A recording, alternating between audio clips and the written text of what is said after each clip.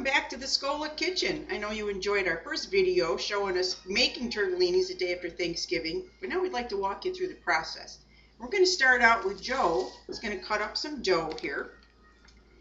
And we made this dough actually this morning. We made it this morning. It's your typical pasta dough, some eggs and some flour and a little oil, a little salt, a little water. You have to have a nice consistency. It has to be a little elastic, a little easy to work with. And we're going to follow Joe around over here where he's making sure that the dough is properly floured. It has to be floured all the time so it doesn't stick to your hands.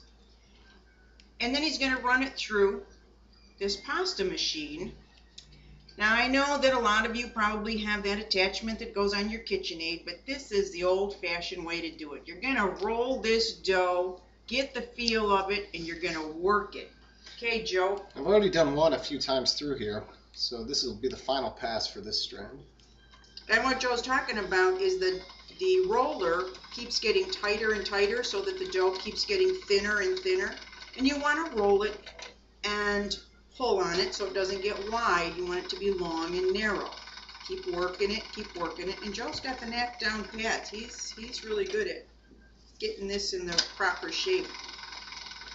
Then he's going to put it over on this board and cut it up into little squares so we can make our tortellini. And he's figured out a real inventive way to do that. Joe's found another use for a pizza cutter. This is great. My grandma would be proud because she cut it piece by piece by piece. Joe, you are clever. Well, thanks. This is great. Nice job. Nice and neat. We want nice even pieces. And we take the little end off there and make a little farfalle. A little extra pasta to Joe. Nice. See how nice and neat? All nice and uniform pieces. Perfect. The next thing that's going to happen is Laura is going to take these nice little uniform squares, slide them down here onto her floured work surface, and put a little bit of meat, just a little bit. It doesn't have to be a lot. A little bit of meat onto each one of the little squares. And then Jackie and I are going to twist. And we're going to lay them out on a board because they have to get dry. How we doing there, Laura? Jackie's got some going here already. Let me flour up my fingers. And you want to make a little triangle. Make sure all your edges are sealed. And flip them around your finger. Oh, I made a hole in that one. I get to eat that one. That's one of the rules. Which works out really good for people that twisted tortellinis.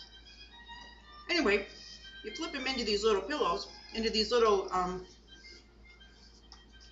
Venus belly buttons, they call them. Or whatever. Everybody has different names, different dialects call them different things. But they're tortellinis. The meat stuffing is cheese and meat, ground meat, spices. And now we're going to move over here. Jackie's been working, getting these all nicely lined up, nice and neat in rows. And then we're going to take them and we're going to move into, actually today we're putting them in the, on my bed so that they dry.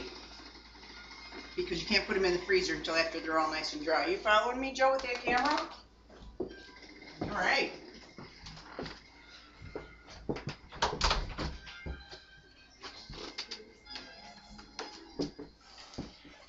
So we're walking in here, and you can tell we've really been busy. So this is what we have done already.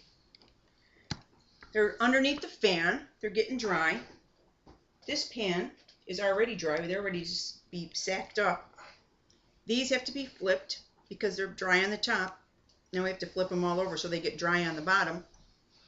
And this pan's about ready to be flipped, and this is our brand new one that's come in here. So far we have 8 sacks made today, which is 400. We probably have another 3, 6 sacks to 8, about another maybe 12 or 14 sacks of tortellinis today. So this has been great, and I appreciate all of you looking at our video. Hope this helps, and I hope you learned a little something today and enjoyed it the way we enjoy it. Thanks.